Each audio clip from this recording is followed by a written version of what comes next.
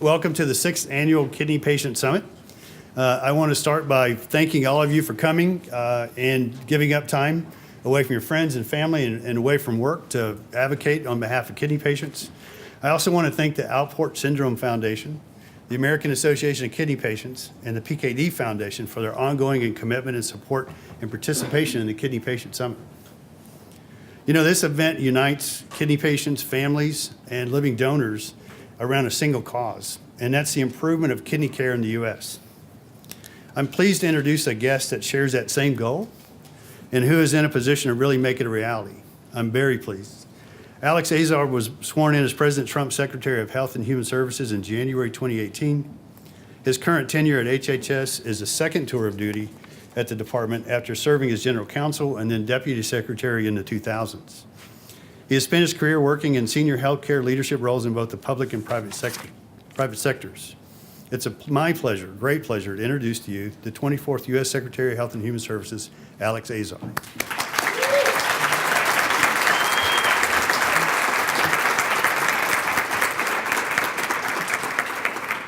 Kevin, thank you very much, and good afternoon, and thank you all for having me with you here today. I'm really delighted to be with the National Kidney Foundation and all of you to speak today about such an important issue. It's always, and excuse me if I'm recovering from a chest cold and laryngitis, so excuse me if I get a little raspy. It's always a privilege to address groups of patients and patient advocates. You represent such an important voice in American healthcare. Patient voices have helped build our country, a health system with better quality and with more choices than any other system on earth. And I firmly believe that it is the role of patient advocates that has made that happen and is a real differentiator in the American system versus others. But unfortunately, for all of the successes of American healthcare, in certain places we're lagging. In some areas, our outcomes are downright disappointing, especially given the resources that we invest in our system. You all know better than most that one of these areas is the way we prevent, diagnose, and treat chronic kidney disease. I want to lay out to you today where the Trump administration sees some of the biggest failures in our kidney care policies and why we believe we can begin addressing them in the years to come. Just how bad is today's situation? Well, more than 30 million Americans have some stage of kidney disease, almost the population of the state of California, afflicted by one disease. In 2016, kidney disease was the 9th leading cause of death in the United States. At the final stage of kidney disease, end-stage renal disease, the kidneys can't function on their own, requiring frequent dialysis or a kidney transplant. But unfortunately, and I really don't have to remind anyone in this room, dialysis may keep you alive, but it is one of the most taxing treatments that modern medicine has to offer. 100,000 Americans begin dialysis each year, and 1 in 4 of them are likely to die within that same year. Meanwhile, kidney transplants are hard to come by. There are more than 100,000 Americans currently on a waiting list for a transplant. Another way to understand the huge burden of this disease is just to look at the financial cost. In 2016, Medicare spent $79 billion to cover people with kidney disease and $34 billion on patients with ESRD, adding up to $113 billion in total spending. That represents more than 1 in 5 dollars we spend in the Medicare program. Even at this tremendous cost, what kidney patients endure is grueling. I know this firsthand because my father suffered from end-stage renal disease. Like others with the disease, my dad initially had to go to dialysis 3 or 4 times a week. I saw how draining it was. Thankfully, he was no longer working full-time, so these burdens were somewhat more bearable. But for many Americans, dialysis can be not just painful, but also debilitating, driving them out of the workforce and disrupting their lives dramatically. I realize I'm preaching to the choir here. You all know the burden that kidney failure and our current system of kidney care put on you, your families, and so many other Americans. Thankfully, as has been true for many of you, my dad's situation did improve. First, we figured out that he could receive peritoneal dialysis, allowing him to be dialyzed at night. This was a revolutionary change in his lifestyle. Then we were blessed enough that he was offered a kidney transplant from a kind and generous living donor. My dad's story has a happy ending, and if you want to read his take on it, by the way, he wrote an op-ed about it for the Salisbury, Maryland Daily Times. He was himself a natural patient advocate. So my dad and I know that he was lucky. Too many Americans don't shift to more convenient dialysis options, and too many Americans never get a chance at a kidney transplant. But with better policies, we can make these outcomes possible for many more Americans, and that's what I want to talk with you about today. One of the key reasons for our failing policies is that kidney care has some of the worst incentives in American healthcare. In fact, kidney care represents a huge opportunity to deliver on the promise of one of the priorities that I've laid out as HHS Secretary, getting better value out of American healthcare. Many of you are likely familiar with what is known as the transition from volume to value in healthcare. Another way that I like to talk about this is saying that we need to shift from a system that pays for sickness and procedures to one that pays for health and outcomes. There's no better example of an area that demands this shift, and the consequences of an action are higher nowhere else than in kidney care. I want to lay out what it would look like to pay for kidney health rather than kidney disease, and pay for Americans with kidney disease to actually get good outcomes rather than the endless, life-consuming procedures that you all know so well. I'll mention 3 particular focus areas we're thinking about and already working on regarding kidney disease. First, we need more efforts to prevent, detect, and slow the progression of kidney disease. Second, we believe patients with kidney failure deserve more options for treatment from both today's technologies and those of the future. Third, we're going to look at how we can deliver more organs for transplants and develop wearable and implantable artificial kidneys so we can help more Americans escape the burdens of dialysis altogether. One reason we can make strides in the first area, prevention, is that, as many of you know, we have so far to go on awareness and detection. 96% of Americans with kidney damage or mildly reduced kidney function are unaware of it. And as many as 48% of Americans with stage 4 kidney disease who aren't on dialysis still don't know they have it.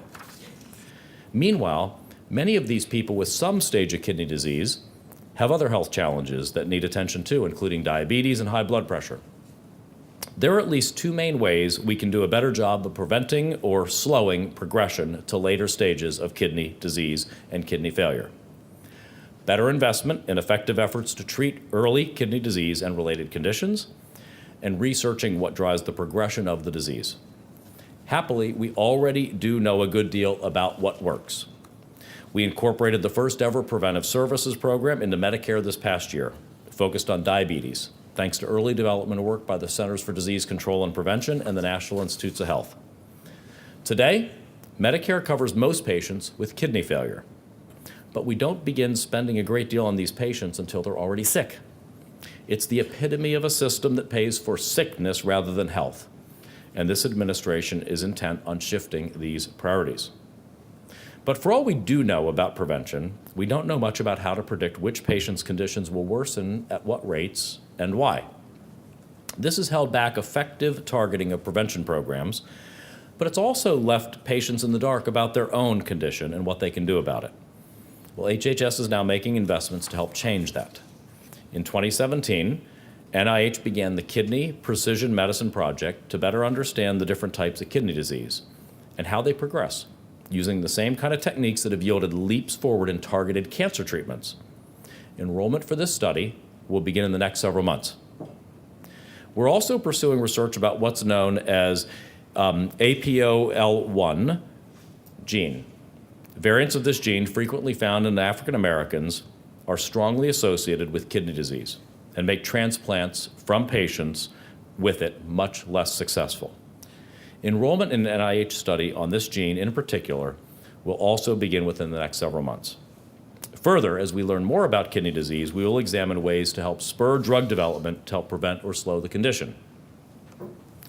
Shifting our reimbursements so that we're actually paying to prevent kidney failure rather than just paying to treat it will help drive research in this area as well. I'll mention one final advantage to better identification of kidney disease. Earlier detection means we have more time to educate patients, help them make informed choices about their treatment options, and prepare them for treating kidney failure as they wish, if and when that becomes necessary. This extra time allows an optimal start for treatment, whether that's a preemptive transplant without dialysis, starting home dialysis with a functioning catheter, or starting peritoneal dialysis with a safe, permanent access. In other words, better prevention and detection efforts will help expand options for patients. That second focus I mentioned. Today, 88% of Americans with ESRD start treatment with center-based dialysis. Just 12% start treatment at home with hemodialysis or peritoneal dialysis. This is the complete opposite of the situation in some of our peer nations, including Hong Kong, where more than 80% of patients benefit from some form of in-home dialysis. Heck, Guatemala is at 56% peritoneal dialysis. Improving this situation dramatically, as we ought to do, requires examining the payment incentives in our programs today while also expanding access to new technologies. There may be no better example of how outdated payment systems distort Americans' health care and lower its quality than what we have in kidney care today. As many of you know, while peritoneal dialysis or home hemo may not be possible for absolutely everyone, they can often be more convenient, better for patients' independence and self-sufficiency, and better for their physical health. But in many ways, today's policies bias providers towards center-based dialysis. For one, we believe we may simply underpay for these alternatives, even though we know how much they can benefit patients' lives. It's also more appealing for a dialysis company to add patients to a center where one machine can accommodate multiple patients in a single day than it is to provide new services to each patient at home. But that isn't providing the care patients deserve. And HHS has the power to test out significant payment changes that could boost home dialysis. We already have some experience with the new incentives in this area. We began testing one innovative payment model in 2015 that allowed traditional dialysis providers to offer more comprehensive care for their patients in exchange for a share of the savings if their patients' outcomes improved. It worked remarkably well. In just the first year, the model saved almost $2,000 per patient per year in Medicare costs, reducing hospitalizations while maintaining quality of care. My senior advisor for value-based care, Adam Bowler, runs the CMS Innovation Center that puts out these payment models. He's overseen our efforts on kidney care and is now looking hard at new models for patients not just with ESRD, but also stage 4 and 5 kidney disease. Changing our payment systems could also spur adoption of new cutting-edge technology. In fact, so flexible is some of the technology we have today that HHS's emergency response team is currently in the process of testing out portable dialysis machines for use after natural disasters.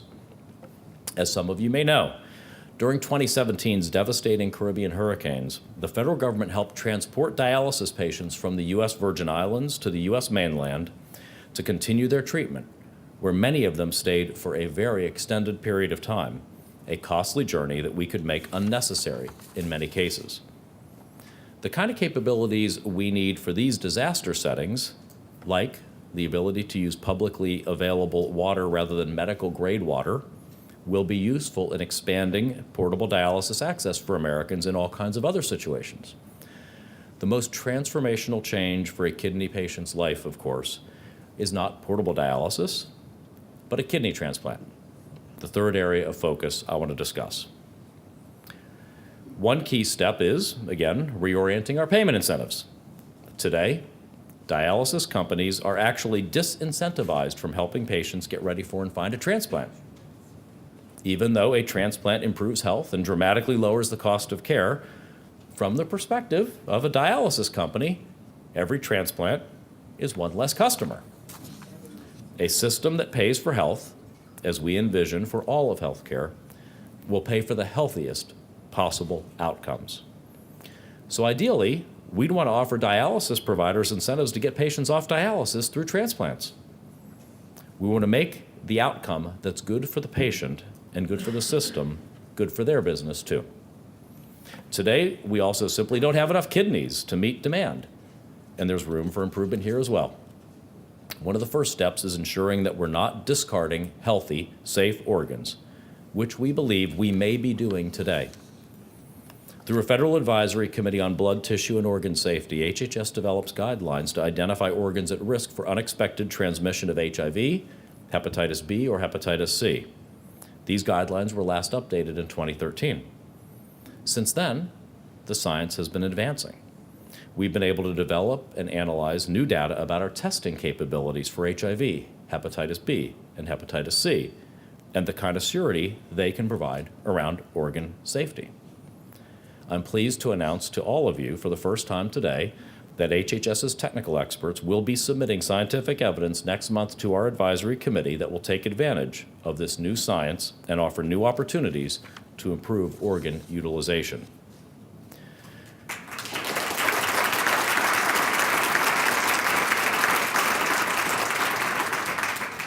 We could also be doing more to improve support for Americans who are generous enough to consider being a living kidney donor. My family's been a beneficiary of such generosity, and I know many of you have been too. But today, donors are on the hook for all kinds of costs, not just lost wages and other expenses, but also the manageable but real health risks they may deal with down the road. This is an area HHS is already exploring. Last fall, through HRSA, the Health Resources and Services Administration at HHS, we put out 2 funding opportunities to support living donors. The first will provide for continuation of a program to compensate donors for travel and other expenses related to donation, while the second will support a new pilot program to compensate donors for lost wages. Transplants, however, are not cures, and about 20% of transplant patients require dialysis again within 5 years. Investing in future technologies is critical to creating more options for patients, and yet our payment policies, again, have done little to drive investment in this space. So last year, HHS launched Kidney X, a public-private partnership with the American Society of Nephrology that will use prize competitions to spur development of transformational products like wearable or implantable artificial kidneys, which could provide patients with higher quality of life. In our first competition, called Redesign Dialysis, we're encouraging and supporting innovators to develop new technologies and approaches that could usher in the next generation of dialysis products. The first round closed last week, and we got 165 submissions, including a number of proposals that could help advance an artificial kidney. Submissions came not only from the kidney community, but from engineers, medical device companies, and many others. We're thrilled with this level of interest, and it shows what a prize competition can drive in an otherwise neglected investment space. So what I've described today is a number of places where we believe we can significantly improve kidney care in America, and some areas where we've already begun to ramp up our efforts. None of you need a reminder of how long some Americans have been waiting for such a concerted effort. But I want to share something striking. I recently saw a page from a late 1960s manual for the U.S. Public Health Service Commission Corps, which is the uniformed medical and public health staff who serve HHS and the American people. You know, the Surgeon General, 3 stars. Some of them, in fact, work with kidney disease and diabetes patients in our Indian Health Service hospitals today. The manual offered, remember, 1960s, the manual offered a hopeful vision for what the second half of the 20th century would portend for medicine. There would be huge advances in cancer care. Well, we got those. We'd see the elimination of more infectious diseases. We got that. And we were promised, I quote, a world where small-sized, inexpensive, artificial kidneys may be available in the home for use overnight. This was the promise of the Public Health Service Manual half a century ago. We've got some of that technology today, and yet too many Americans still suffer without it. Now, we could take the gap between that promise and the reality of so many Americans still relying on the same technology that we wanted to leave behind half a century ago as a reason to be shocked and frustrated. but I know that we'd all rather take up the spirit of hope that animated those words. We have the technology to revolutionize the lives of America's kidney patients, of our loved ones, and of some of the people in this room. We've waited long enough. We just need renewed ambition and the right policies. President Trump has got the kind of ambition that we need to lead this effort. I have spoken with him personally about this. He is passionate about increasing the supply and transplantation of kidneys in the United States, even if it means bold change. And I've laid out for you today some of the policy ideas that he and I have discussed and that we need. So I'm asking all of you today, engage with us on the ideas that I've mentioned today. Work with us as we think about how to improve prevention, treatment, and transplants. Together, we can deliver much better care and longer lives for Americans with kidney disease. Thank you very much for having me with you today, and thank you for what you do for kidney patients.